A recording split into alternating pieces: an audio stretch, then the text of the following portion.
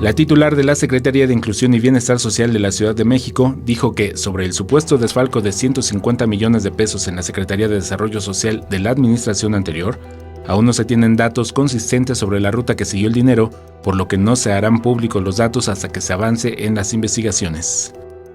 La verdad es que está en investigación este tema.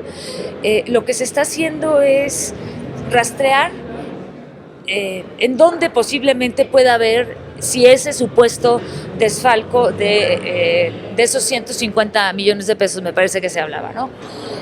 Pero es muy preliminar, ¿no? Entonces todavía ni siquiera podemos hablar con certeza, ¿no?, de que es en la Secretaría de lo que era la Secretaría de Desarrollo Social, sino que se está investigando la ruta precisamente para saber mejor.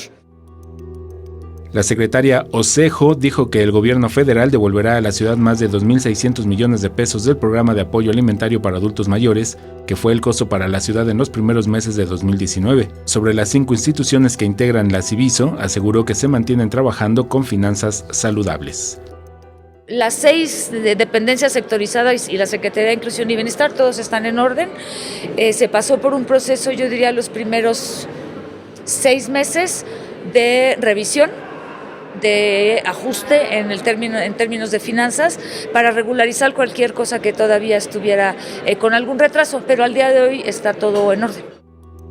En la misma jornada compareció Larisa Ortiz Quintero, titular de la Secretaría de Pueblos y Barrios Originarios y Comunidades Indígenas residentes de la Ciudad de México, quien aseguró que garantizar el ejercicio de los derechos de las comunidades en la capital representa un reto por la falta de visión integral para resolver sus problemas. Atender la temática indígena no es un tema sencillo como a veces se piensa, ni se reduce tampoco, como tradicionalmente ha sucedido, a identificar que solo se trata de considerar que es una cuestión de pobreza. La secretaria aseguró que ya se cuenta con un padrón completo de personas que pertenecen a diversos grupos indígenas en la ciudad, que se estará actualizando de manera constante. La intención es saber dónde están, cuáles son sus necesidades y brindarles apoyo y protección legal.